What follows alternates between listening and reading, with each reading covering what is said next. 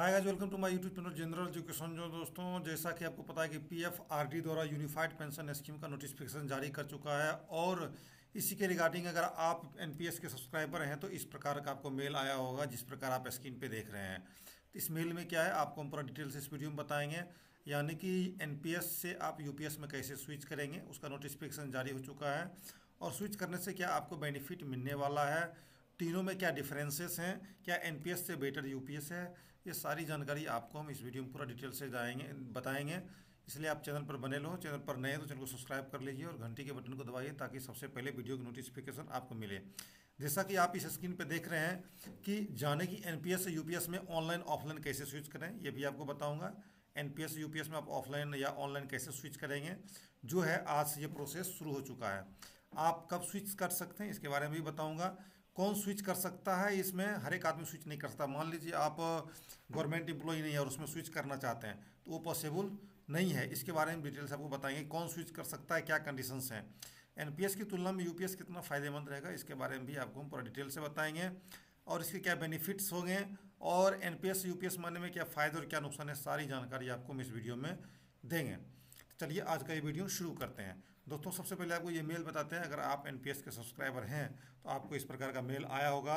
Dear subscriber, greeting from protein e governance technology, है ना, जिस प्रकार आप मेल में देख रहे हैं। ठीक है, तो ये जो आपको मेल आया होगा, मेल में आप स्पष्ट रूप से यहाँ पे देख सकते हैं कि आप जो है यहाँ पे 2025 1 अप्रैल 2025 से स्टार्ट हो गया है और जो है ये आप कब तक कर सकते हैं सबमिट फॉर्म, 1 अप्रैल 2025 से 1 अप्रैल 2025 से अगले 3 महीने तक ये फॉर्म सबमिट कर सकते हैं आप स्विच का। इसके बाद आपको स्विच एक्सेप्ट नहीं किया जाएगा और आपको एनपीएस में ही माना जाएगा। आप किस प्रकार फॉर्म स्विच करेंगे इसके बारे में भी आपको इसमें बताएंगे। इसका ऑफिशियल वेबसाइट जैसा कि आप यहाँ पे देख रहे हैं, ये इसका ऑफिशियल वेबसाइट है। इसका लिंक हम आपको डिस्क्रिप्शन बॉक्स में डाल देंगे। तो ये बहुत ही इंपॉर्टेंट वीडियो आपके लिए होने वाला है अगर आप यूपीएस में स्विच करना चाहते हैं और एनपीएस के सब्सक्राइबर हैं। दूसरी बात एक ये भी है, अगर आप एक बार माइग्रेट कर गए एनपीएस से यूपीएस में तो दोबारा आप एनपीएस में कन्वर्ट नहीं हो सकते हैं। तो सबसे पहले देख लेते हैं कि इसमें फ्यूचर्स क्या क्या हैं, है ना, कि फ्यूचर्स क्या क्या हैं उसके बारे में आपको हम पूरा डिटेल से आपको हम बताते हैं। देखिए यहाँ पे की फ्यूचर्स पहले तो इसमें एलिजिबल कौन कौन सा आदमी है, यूपीएस के लिए कौन एलिजिबल है। सबसे पहले है जो सेंट्रल गवर्नमेंट का एग्जिस्टिंग, जो सेंट्रल गवर्नमेंट का जो एम्प्लॉई है ना, क्योंकि ये एनपीएस जो है स्टेट गवर्नमेंट के लिए नहीं है। जैसा कि आपको पता है यूपीएस जो है अभी ये सेंट्रल गवर्नमेंट ही नोटिफाई किया है। अगर स्टेट गवर्नमेंट यूपीएस को लागू करता है तो वहाँ पे आप इस बेनिफिट को अवेल कर सकते हैं। ठीक है, तो ये जो है सेंट्रल गवर्नमेंट के लिए ही एप्लीकेबल है, जो 1 अप्रैल 2024 से 1 जनवरी 2024 से जिसको जो है पेंशन लागू नहीं उसके लिए है। और एक बात और आपको पता होगा कि अगर आप 1 अप्रैल 2024 के बाद वाले अगर कर्मचारी रिटायर हो गए हैं तो वो क्या करेगा, वो एनपीएस में जाएगा कि यूपीएस में जाएगा, उसके लिए भी तरीका है। उसको आपको सोचने की जरूरत नहीं है। अगर आप यूपीएस से बेनिफिट लेना चाहते हैं तो आप जो है कंसर्नेड जो जहाँ से आप रिटायरमेंट हुए हैं उस ब्रांच ऑफिस से संपर्क करें और वहाँ एक फॉर्म भर के डालें, आपको अपने आप यूपीएस में स्विच कर देगा। अगर आपका 10,000 से कम से पेंशन मिल रहा है तो आपको कम से कम इसमें 10,000 पेंशन देने का प्रावधान है, तो उसमें आपको पूरा बेनिफिट्स यूपीएस का दिया जाएगा। ठीक है, तो कोई चिंता करने की विषय नहीं है। जो रिटायर ले चुके हैं उसको भी यूपीएस का बेनिफिट मिलेगा। यानी कि 1 अप्रैल 2025 तक जो सर्विस ज्वाइन कर चुका है केंद्रीय कर्मचारी, उसको ये बेनिफिट मिलेगा। ठीक है, उसके अलावा क्या है, नए रिक्रूटमेंट हैं जो वॉलेंटियर रिटायरमेंट ले चुके हैं उसको भी देख रहे हैं। यहाँ पे फंडामेंटल रूल्स वॉलेंटियर रिटायरमेंट लिए हैं उसको भी ये लागू होगा। ठीक है, इसके अलावा जो है इसके अलावा यहाँ पे देख रहे हैं विदिन 3 मंथ्स फ्रॉम, इस फॉर्म सबमिट कब तक करना है आपको, विदिन 3 मंथ्स फ्रॉम 1 अप्रैल 2025। 1 अप्रैल 2025 से 3 मंथ तक आपका ये फॉर्म सबमिट होगा कंसर्नेड डीडीओ में, या अगर चाहें तो ऑनलाइन पोर्टल पे भी आप इसको फॉर्म सबमिट कर सकते हैं अपने ऐप के लॉगिन के माध्यम से। लेकिन उसका भी कुछ टर्म एंड कंडीशंस हैं जो लिंक अभी लाइव हो चुका है। ठीक है, इसके अलावा अलाउड कर रहा है कि within 30 days from the date of joining central government service और within such extended timelines if any allowed by the central government in respect of person maintain under sub clause इतना the option 1 exercise shall be final and irrevocable. यानी कि एक बार आपने option choose कर लिया तो ये फाइनल है, ये दोबारा आप रिवर्स एनपीएस में स्विच नहीं कर सकते हैं। तो ये गाइडलाइन, ये काफ़ी एकदम स्ट्रिक्ट नियम सरकार ने लागू किया है। नेक्स्ट है यहाँ पे, नेक्स्ट जो यहाँ पे आप देख लीजिए, यहाँ पे देख रहे हैं यूनिफाइड पेंशन स्कीम। अभी जो है इसमें आपको फ़ायदा क्या क्या मिलने वाला है। सबसे पहले जो है, ये जो है 2004 से जो पेंशन बंद हुआ उसके बाद से एनपीएस लागू हुआ, उसके कर्मचारियों पे एप्लीकेबल है ये 1 अप्रैल 2025 से लागू हो गया है, आज से। ठीक है, ऑप्शनल, अगर ये स्टेट चाहे तो इसको अडॉप्ट कर सकता है और नहीं भी कर सकता है। ठीक है, ऑप्शनल, स्टेट पे कोई दबाव नहीं है कि आप स्टेट जो है अडॉप्ट कीजिए, सिर्फ सेंट्रल गवर्नमेंट ने अपने कर्मचारियों को बेनिफिट के लिए दिया है। ठीक है, स्टेट गवर्नमेंट चाहेगा तो ये कर सकता है और नहीं चाहे तो नहीं कर सकता है, उसके ऊपर डिपेंड करता है। ठीक है, बहुत सारे आपको पता हो, बहुत सारे स्टेट गवर्नमेंट में ओल्ड पेंशन स्कीम भी चालू है, बहुत सारे में एनपीएस लागू है, बहुत सारे में अभी तक 6th पे कमीशन ही चल रहा है, 7th पे कमीशन लागू भी नहीं हुआ है। तो अपना अपना एनपीएस का अलग अलग रूल है हर एक स्टेटों का। ठीक है, इसके बाद है इंश्योर गवर्नमेंट। इसमें फर्स्ट सबसे बड़ी बात है कि गवर्नमेंट एम्प्लॉय का ये चिंता था कि हमको पेंशन कितना मिलेगा, कोई गारंटी नहीं है। तो यूपीएस में पेंशन की गारंटी दिया गया कि कम से कम आपको 10,000 पेंशन तो मिलेगा ही मिलेगा, भले ही आप 2 साल ही नौकरी क्यों नहीं किए हैं। ठीक है, और इसमें है कि आप जो रिटायरमेंट करेंगे उसमें 50% बेसिक पे का आपको पेंशन दिया जाएगा। उसके अलावा और इसका कैलकुलेशन का मेथड है, बहुत वास्ट लेंदी प्रोसेस है, जो आपको हम डिटेल से अगले वीडियो में बताएंगे। ठीक है, और बहुत ही अच्छा है, बेस्ट तो देखिए एनपीएस से तो लाख गुना बेटर यूपीएस है। अगर जो है आप नौकरी 60 साल तक करना चाह रहे हैं, मतलब यानी कि सुपरनेशन जा रहे हैं, तो एनपीएस से लाख गुना ही बेटर है। अगर आप बीच में रिटायर होना चाहते हैं तो कम से कम आपको 25 साल नौकरी देना पड़ेगा, तभी इसका आपको बेनिफिट मिलेगा।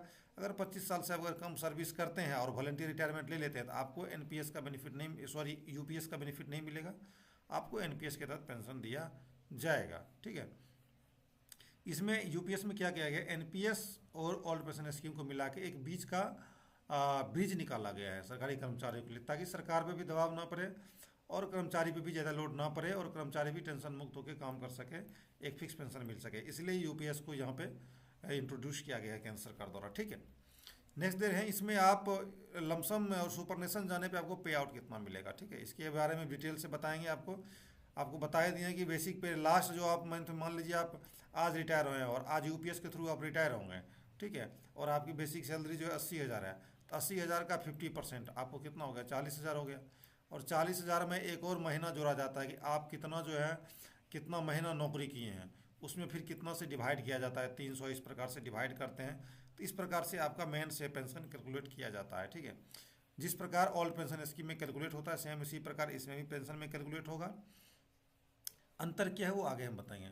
इसमें क्या है कंट्रीब्यूशन, यहाँ पे अंतर देख लीजिए, कंट्रीब्यूशन क्या है। ओल्ड पेंशन स्कीम में कोई कर्मचारियों को कंट्रीब्यूट नहीं करना पड़ता था, कोई रुपया नहीं करता था, लेकिन यहाँ पे क्या है, यूपीएस में एनपीएस की तरह आपको कंट्रीब्यूशन लगातार करना पड़ेगा, यानी कि 10% कर्मचारी का कटता है, 18.5% गवर्नमेंट जमा करता है। तो इतना आप कटता रहेगा, एनपीएस की तरह ही सारा कुछ चलता रहेगा, रुकेगा कुछ नहीं।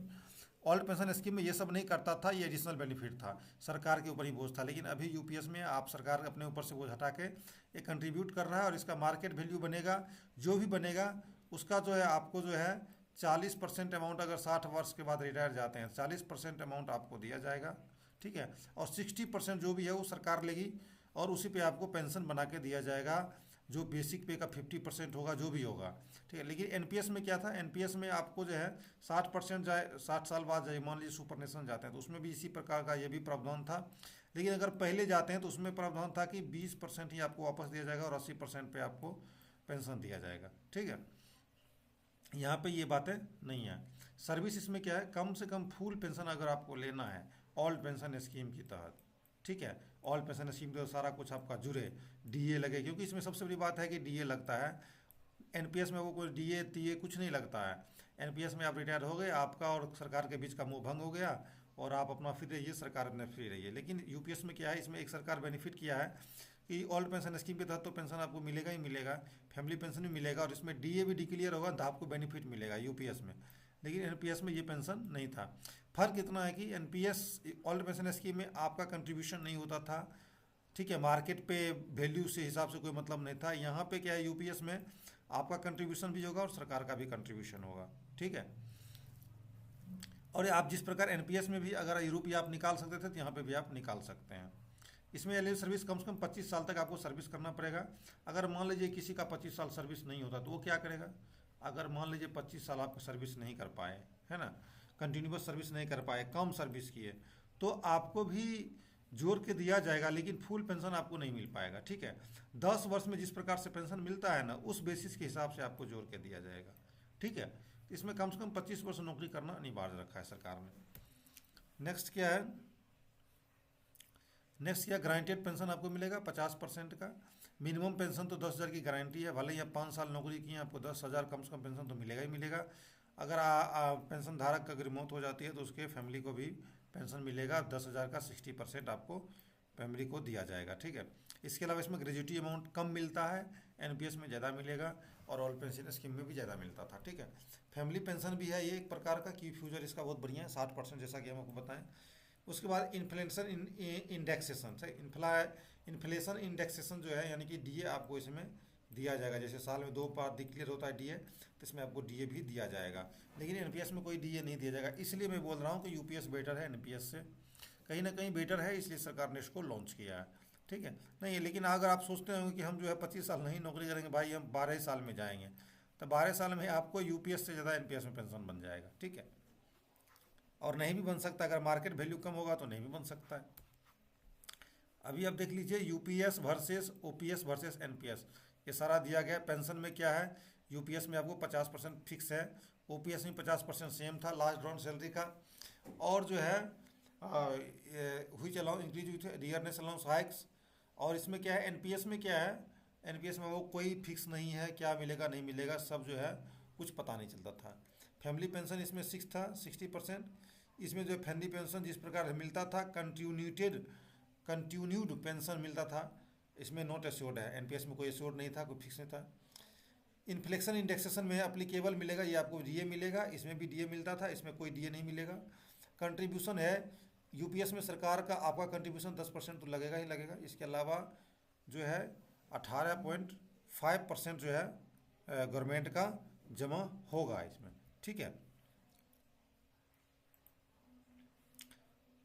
इसके अलावा क्या है, इसमें 10% basic salary plus dearness allowance by employ 14% by government, same इसमें भी मिलता था।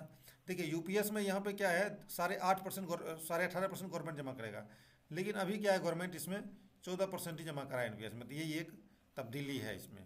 ठीक है, अब की फ्यूचर क्या है, सबसे बड़ा इसका अच्छा स्कीम का फ्यूचर क्या है, 50% लास्ट ड्रॉन सैलरी का तो मिलेगा ही मिलेगा, आप लाइफ लॉन्ग मंथली पेंशन मिलेगा।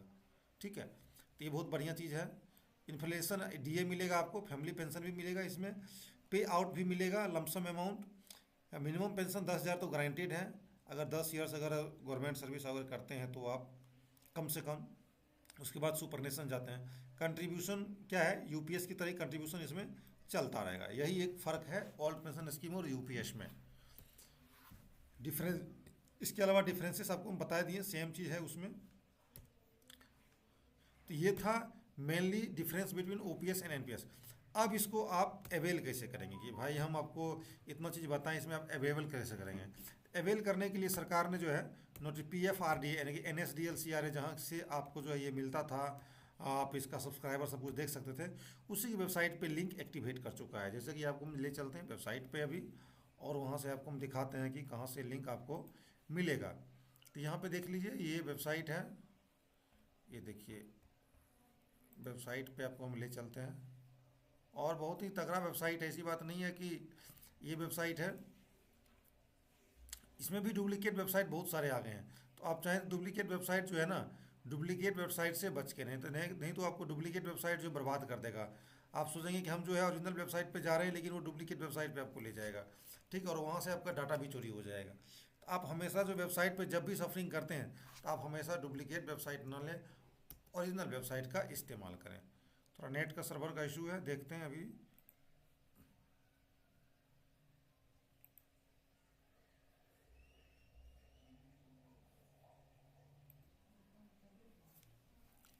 तो ये इसका ओरिजिनल वेबसाइट है, ओरिजिनल वेबसाइट का लिंक हम डिस्क्रिप्शन बॉक्स में डाल देंगे। ठीक है, तो यहाँ पे देखिए ये सारा पूरा डिटेल्स दिया है, register for UPS, migrate to UPS, है ना, ये सारा लिंक दिया है। ये लिंक अभी क्लिक करेंगे तो इस पर आपको सारा कुछ डिटेल मिल जाएगा।